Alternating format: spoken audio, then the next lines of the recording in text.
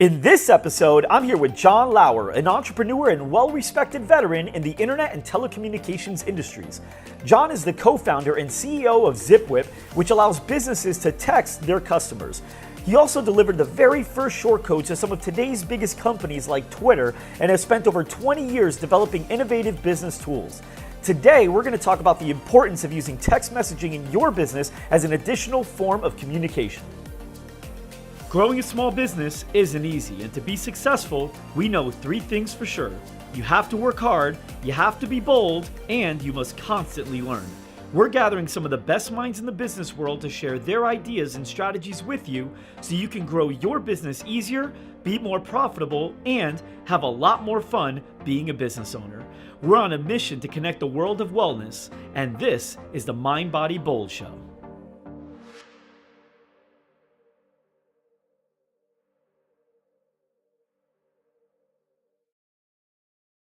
What's up, everybody? I'm Mike Garcia, and welcome back to another episode of The Bold Show. And today, I am here with Mr. John Lauer. John, welcome to The Bold Show. Thanks for having me on. Man, are you ready to be bold? Absolutely. All right, so first, before we get into anything, I'm here in Seattle right now, in your home court, literally in your office, in your whole office. And this place is awesome. You got a ton of people here. How many employees do you have? It's almost 200 now. That's a lot to manage. Yeah. There's people that are listening and watching that have 3 to 7 employees. We were there too once. And it's tough, even at 3 to 7. So I want to dive into what kind of a manager do you have to become as, managing 3 people. You have to evolve as a manager as well once you get 10 and 30 and so on and so forth, and your biggest lessons there. And I also want to learn, as an entrepreneur, you've done some really great things. As a CEO, I've heard things from Jace in the hallway that you are the example of what a CEO should be. Which wow. Is pretty cool. That's your team saying that without you there. That's great. He could have said anything. That's great. I don't think I even paid him any money to say that. No. So I want to talk about that because I don't think there's a CEO, a manager in the world that wouldn't want to hear one of their employees said that when they weren't in the room. Right? No, that's flattering. That's what everyone's here. So I'm sure people are going to want to learn that from you as well. But first, before we dive in, let's talk really quick about the company that you built so people understand that. Yeah. So it's ZipWhip. Tell me, what is ZipWhip? So ZipWhip is business texting software. Okay. I do think for some people it's sort of this foreign concept. Why would a company need business texting software? But just like back in the day, you didn't have email software at your business, and then eventually businesses started giving out email software like Microsoft Outlook. That inflection point's starting to happen today. Businesses have never given texting software to their employees. It's starting to happen. ZipWhip helped create the market for it. So it's sort of, a sign of the times, because texting is such an important communication medium now that you've got to actually be able to embrace it in the business world. Well, and that's how most people prefer to communicate on a personal level. I've actually had a cousin of mine who's 22 or 23. And she's like, you always call. Why don't you just text? It's like, what? It's almost rude to call now because we have texting. Until you text first. You're supposed to pre-text and ask, can I call you? And only if they text back, yes, do you call. There's this great comedian, Sebastian Maniscalco, and he said, back in the day, it was cool when people rang your doorbell, and then it was great. Like, oh my God, I haven't seen you so long. Oh, now that's the height of rudeness. And now it's like, you should call first. And now it's almost like, don't just call me, text me first. Exactly. And that's what's happened. Even the way emojis are now part of the lexicon, things evolve, and texting has definitely created this sort of niche. And the way we look at it here is that you've got things like email, which is low priority long format, and then you've got texting, which is high priority short format. Right. And it's counterintuitive that we needed both types of communication mediums inside humanity. And phone calls sort of end up fitting somewhere in the middle. They're high priority, but they're of a different type because they're synchronous. I'm stuck in the call with you, and I can't hang up. That's actually kind of hard. Think about what I want to say. Right. Texting at least is asynchronous, but high priority. How long have you been in the texting world? I mean, ZipWhip's been around for how long? So ZipWhip's been around for about 9-10 years. Okay, and you, in regards to texting? And I've been in the texting world since 2003. Wow, so it's 14, 15 years almost? Yeah, it's been a while. But I had done another texting startup, which today is called Open Market, and we sort of helped create the shortcode industry. And at that company, we actually gave Twitter their first shortcode. We're the ones who gave them access to the texting communication medium before they sort of had it, and that sort of helped create, what became Twitter. So it's been a fun ride. For the listeners and viewers, when you say short code, I know what you mean, but can we define that? And so people, when they hear it, they'll oh yeah, I've seen that before. Yeah, I mean, in contrast, ZipWhip text enables your normal phone number, your business phone number. It's a 10-digit number that everybody thinks about when they think phone number. Short codes are 5-digit or 6-digit numbers, and they're supposed to be like commercial use.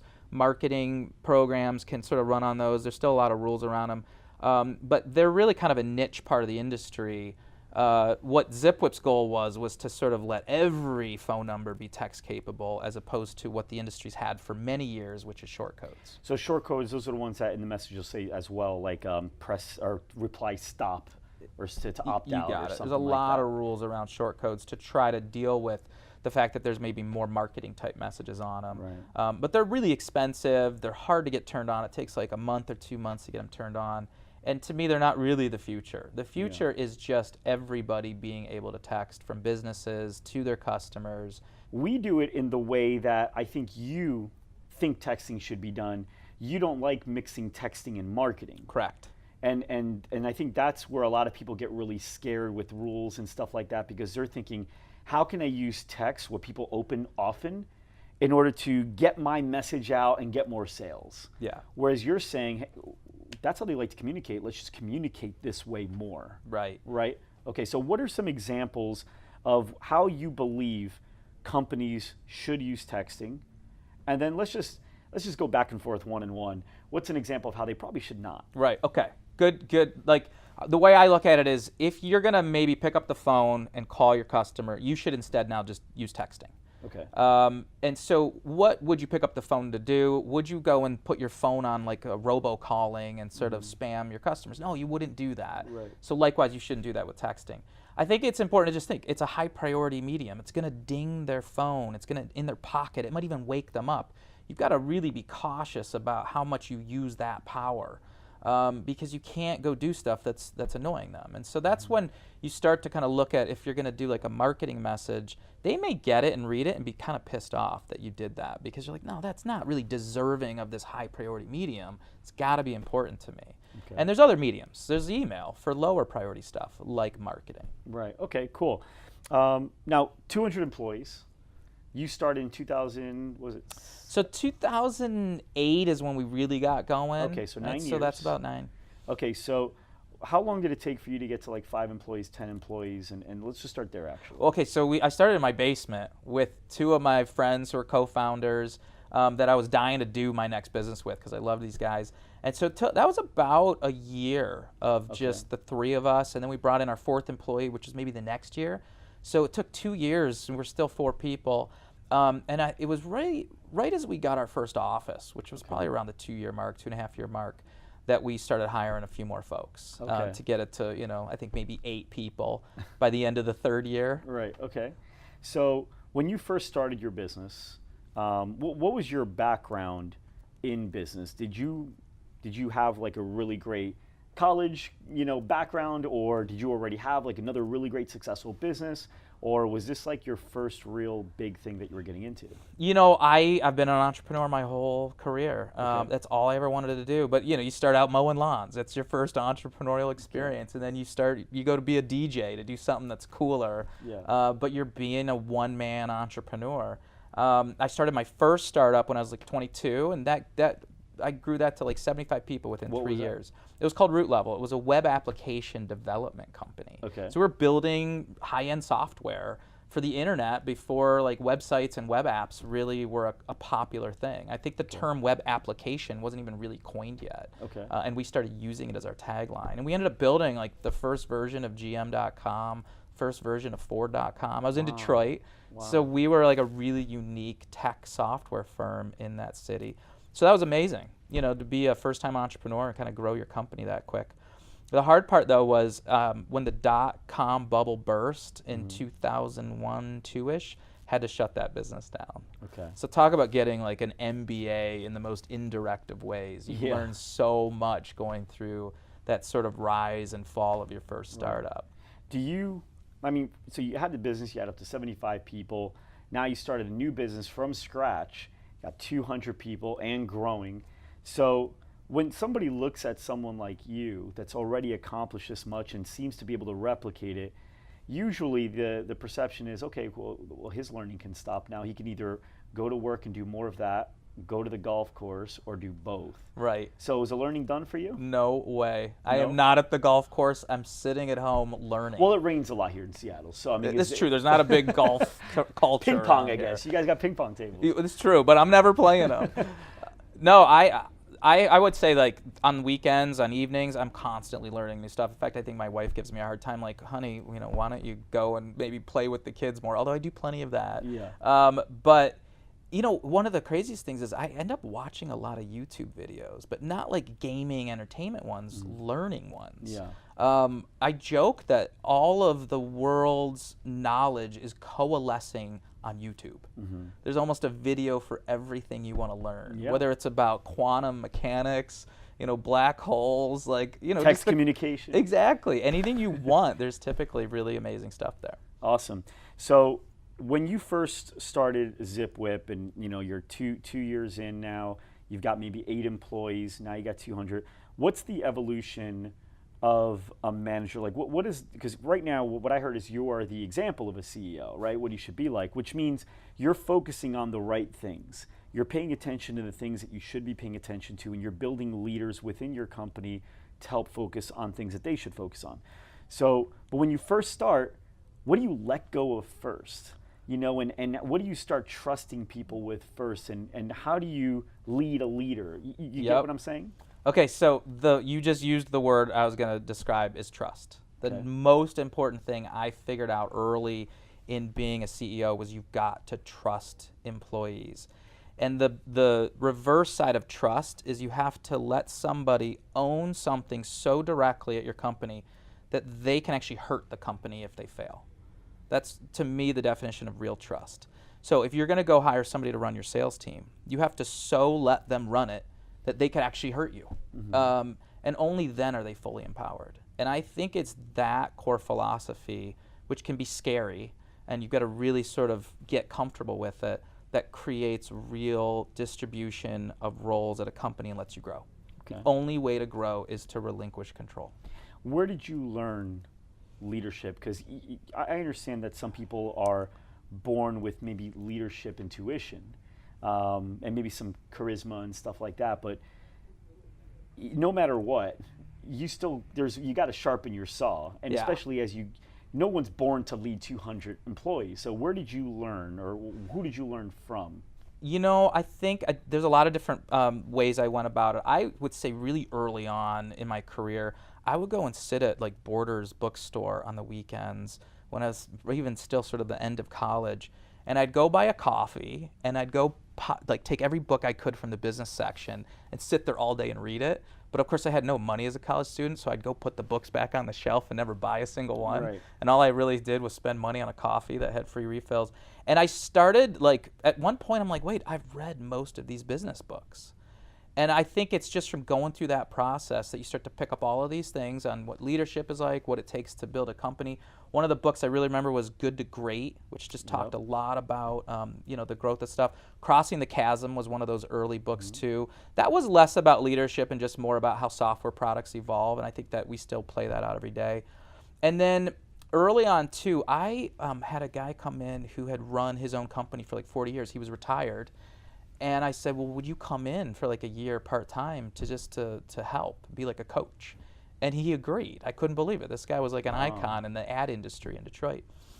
And so that was a lot of learning going on through that. And then I think once you really start doing it, you start to learn like directly what works, what doesn't, where did I just fail, where can I improve? You're constantly contemplating your own navel of like, how did I do today? What was right, what was wrong? So as a CEO, regardless of what level you're at, obviously there's going to be more things to look at as you get bigger, but what are some of the fundamental numbers, the metrics that you pay attention to make sure that your company is going in the right direction?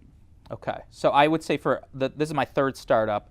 Each business is a little bit different, but there's some fundamentals. You really are always looking at revenue. Right. You're always looking at cash. Cash is king. When you say cash, net profit?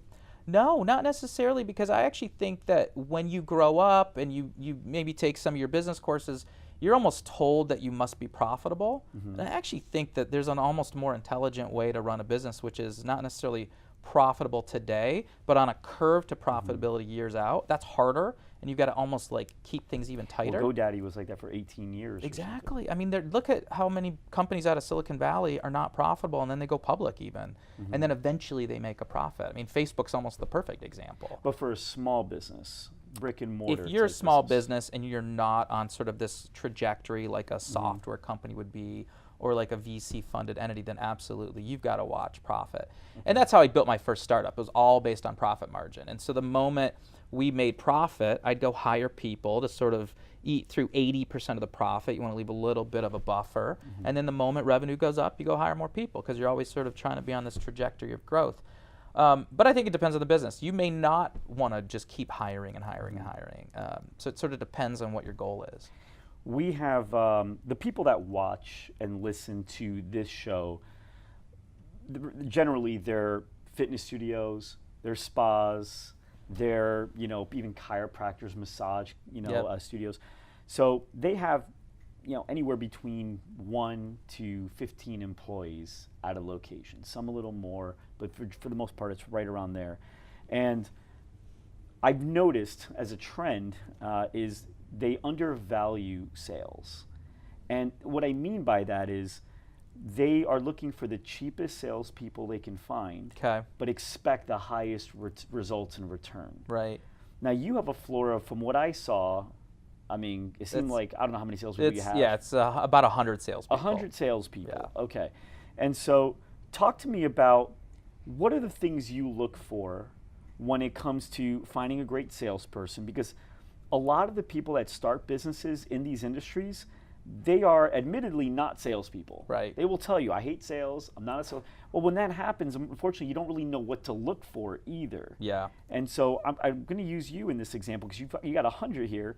So what are things that you look for in a salesperson, and then how do you feel they should be compensated? Yeah, okay. So we look for people who are full of energy. Okay. For us, it's just a lot about outreach. You're picking up the phone, you're calling people, you're just trying to create energy out there.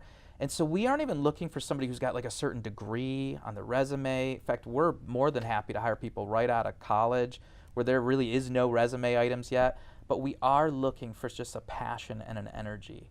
And so that's worked great for us. We do have a pretty structured sales process too, though. We run them through a 30-day training process. And then they graduate, and we even do a graduation ceremony. Really? We have sales trainers. We sort of nurture you. We have team leads. We have mentors. So we put a lot of pieces in place around new salespeople to get them up and running quickly. I think an important part is you want to get a salesperson successful very early on, or they lose steam.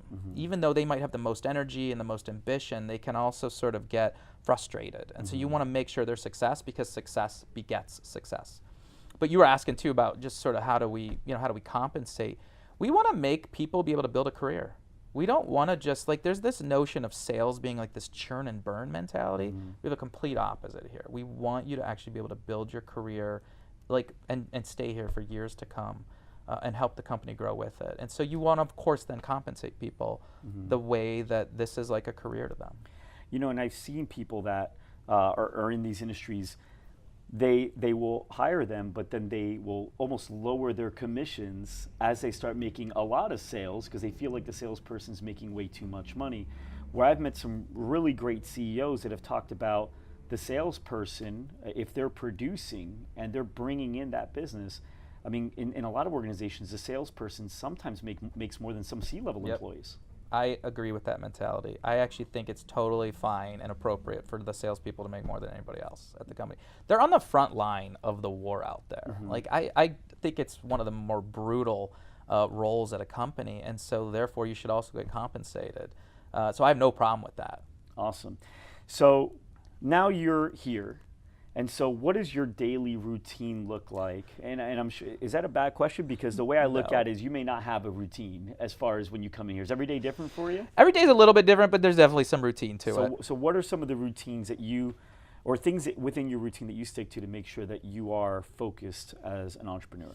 Yeah, I think for us, we're a business texting software company, and so we've got the stuff that's inward facing, and then I've got the stuff that's outward facing. So like we work with all the wireless carriers to make sure that we can always text enable businesses, but the carriers are sort of the ones who own the texting network with respect to your cell phone, you know.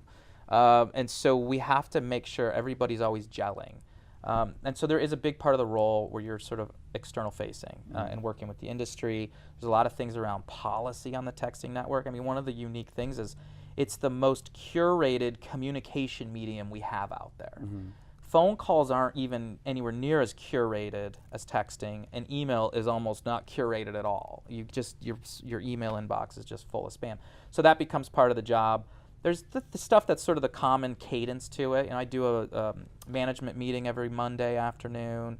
Every Friday we do an all-hands staff meeting. We bring everybody together, we buy everybody lunch, and we come together for kind of a big rah-rah session for about 30 minutes on Fridays. And so there's sort of that repetitiveness to it, but it's also, there's a comfort to it.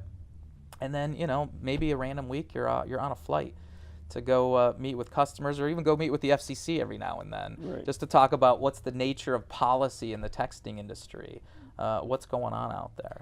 Because in your industry, there's rules that are changing and evolving all the time, and it's your company's job in order to stay ahead of those rules, right? Yes. I mean, the way I look at our position in this industry is as such a major sort of player enabling businesses to text enable themselves. We then also have a strong leadership position around policy. Okay. You know, sort of to some of your earlier questions about, you know, how do you use it correctly. Cool. It's a big policy debate every now and then in the industry.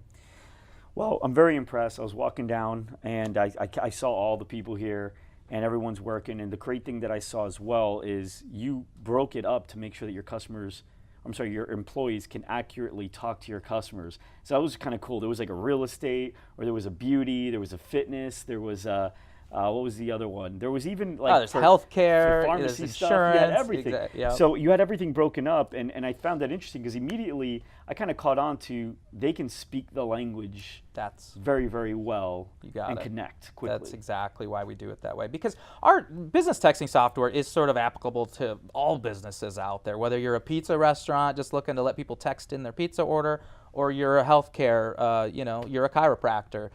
Just trying to let your customers reschedule their appointments.